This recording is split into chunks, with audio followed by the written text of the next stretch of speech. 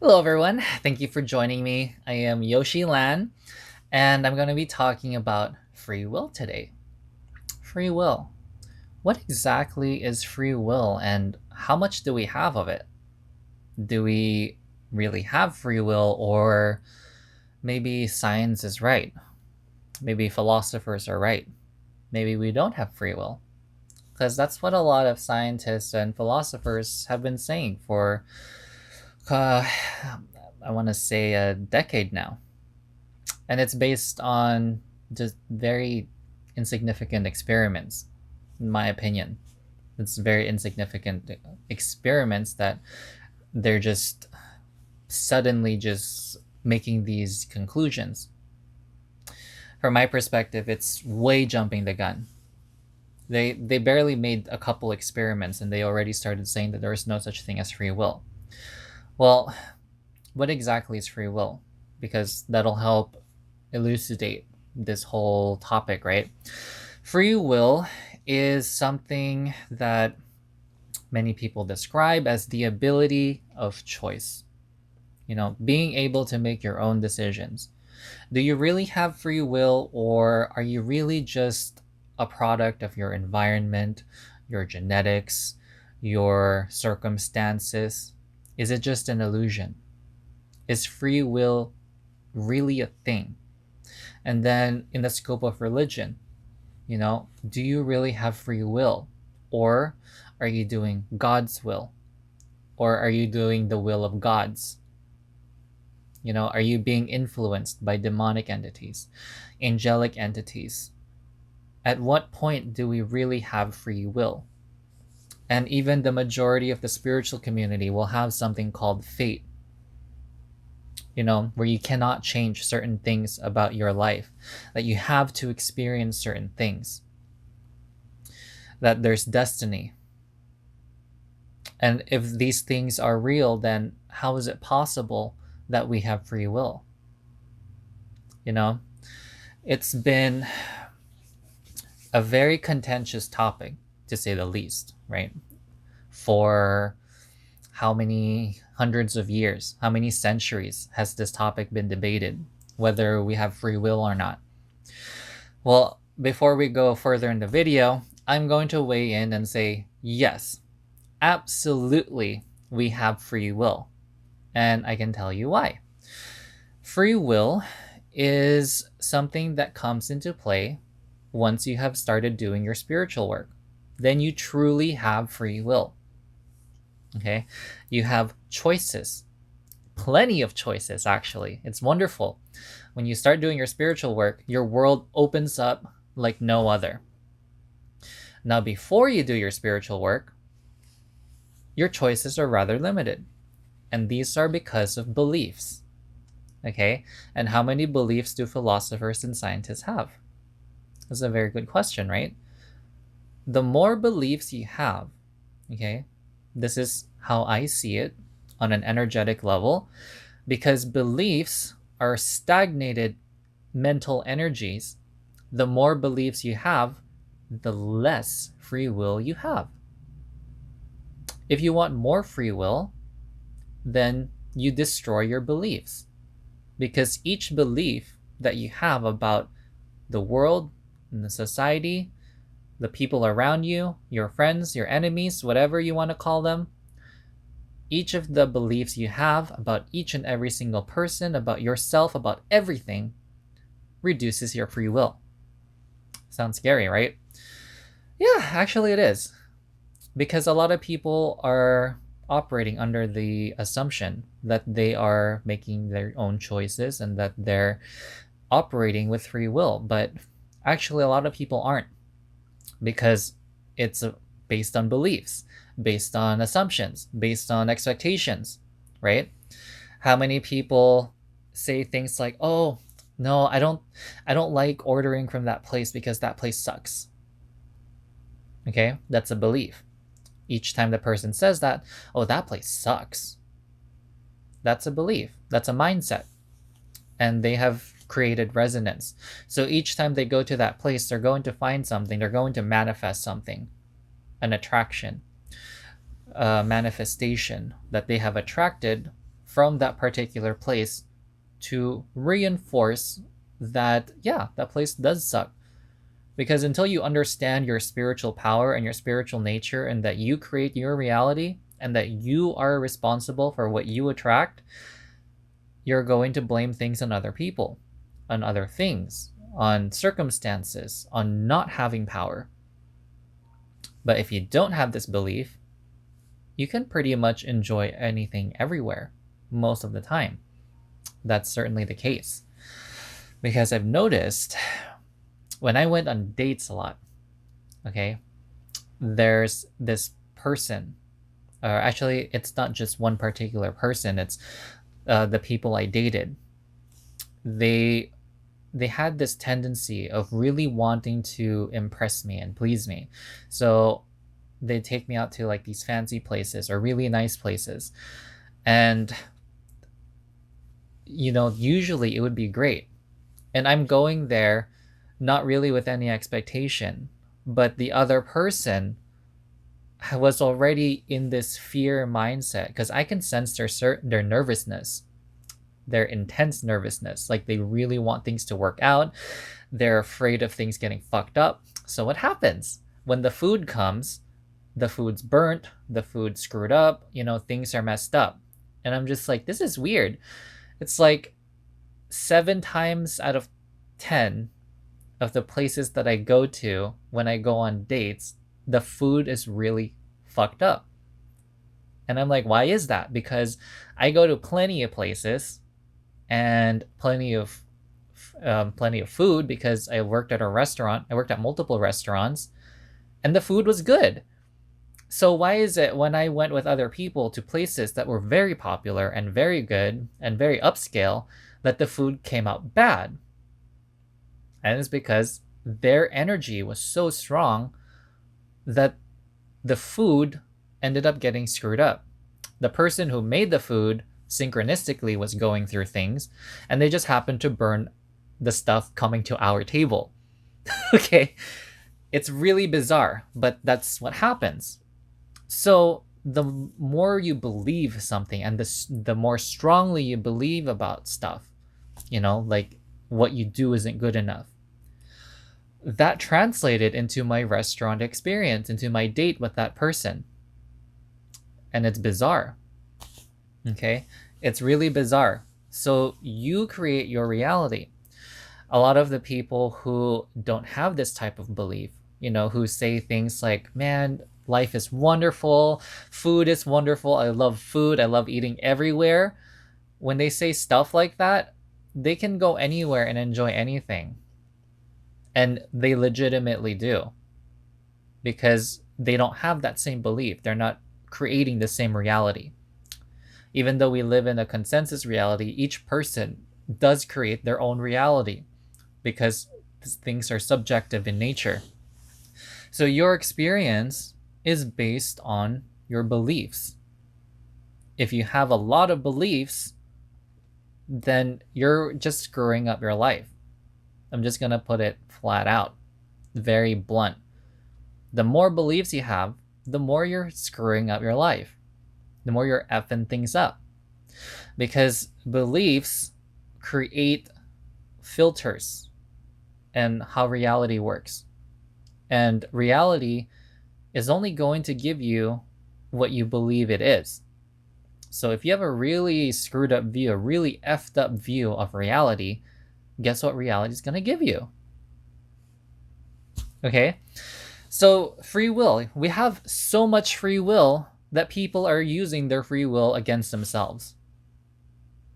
That's the reality of this situation. Scientists, they have so much brilliance.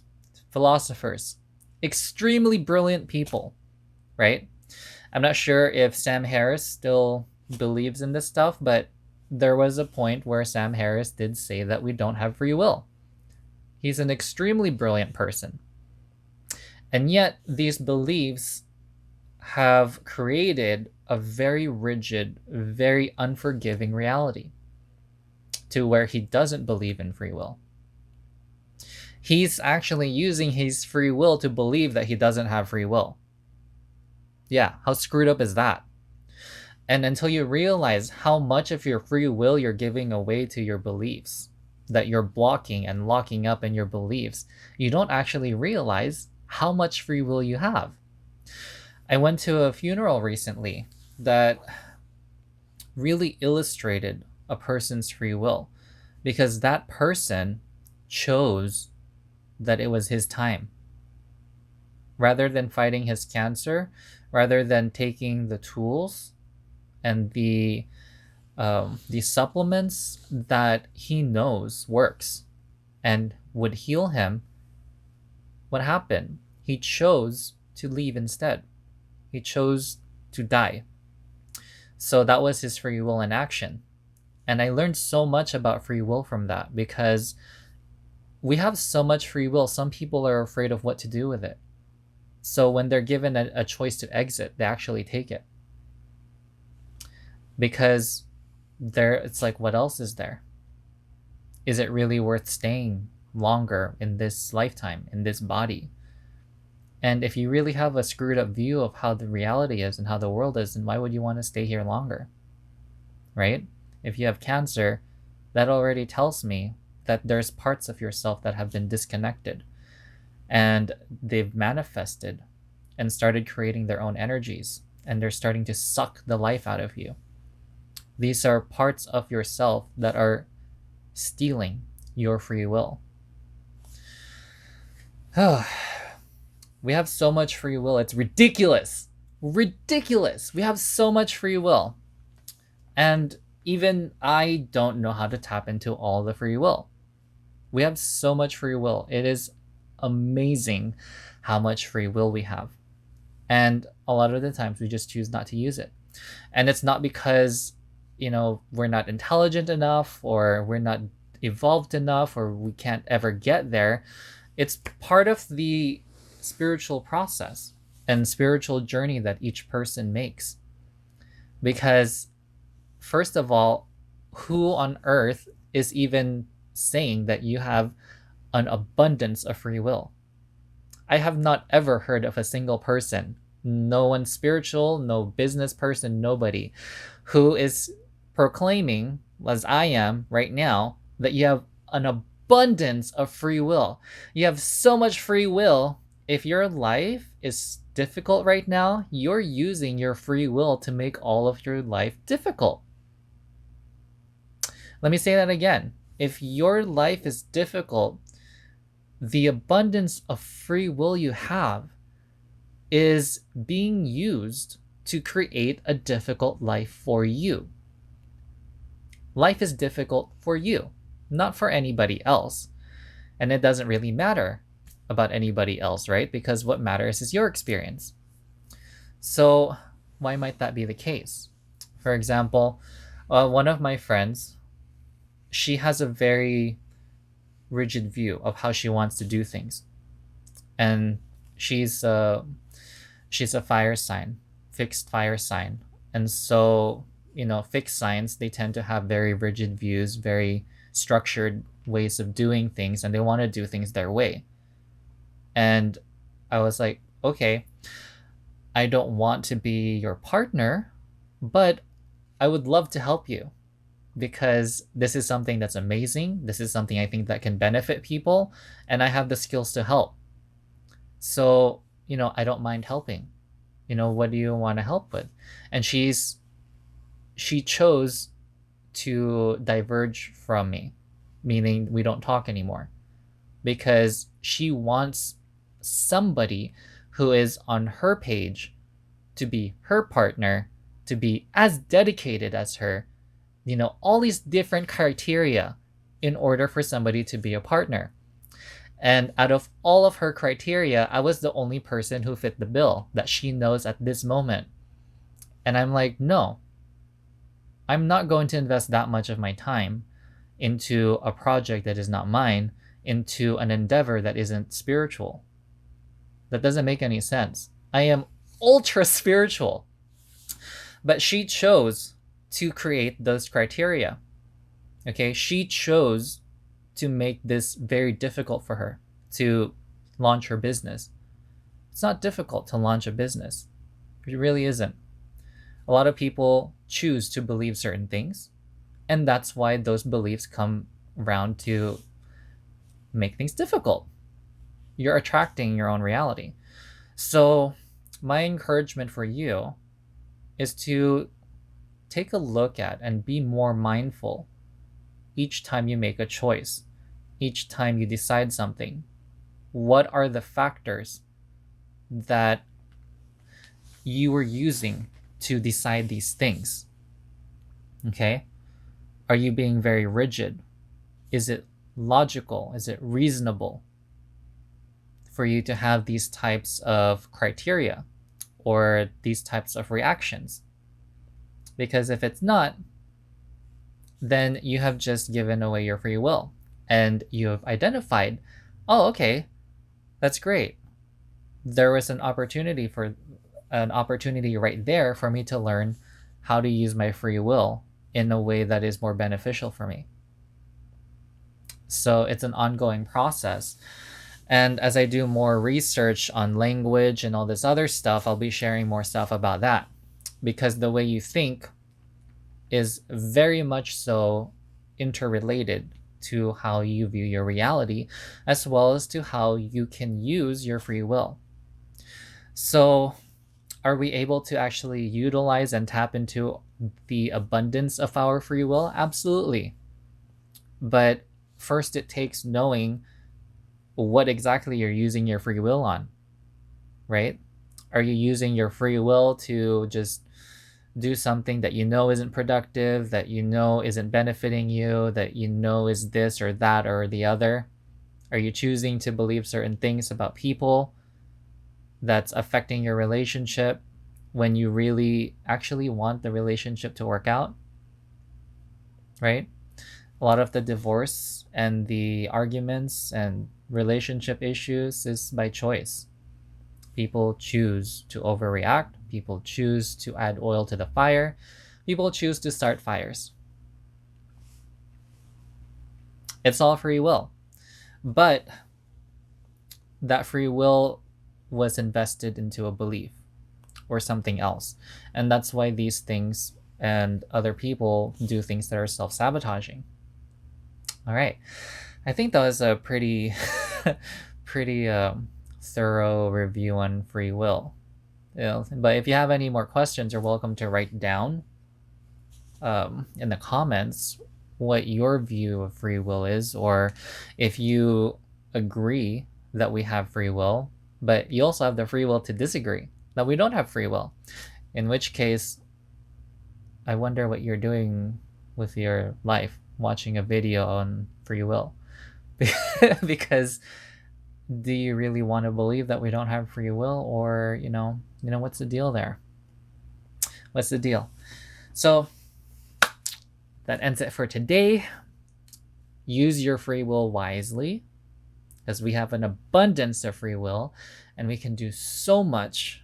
We can do so much with our life, with our friends and family, with the world, with whatever we want to do, because we have so much free will if we would only use it. All right. Namaskara. Please support me by subscribing to my channel, as well as subscribing to both of my channels, actually, and liking my videos and sharing them with other people, and really giving yourself the time. And also a pat on the back for watching this whole video, because you clearly are here to learn. If you want to understand free will or spirituality, or free will on a spiritual level, this is really an act of self-love. Anytime you invest time into yourself, into learning things about yourself or reality or ways to improve your own life, that is a bravo. So congratulations on using your free will wisely. All right. Have a great day.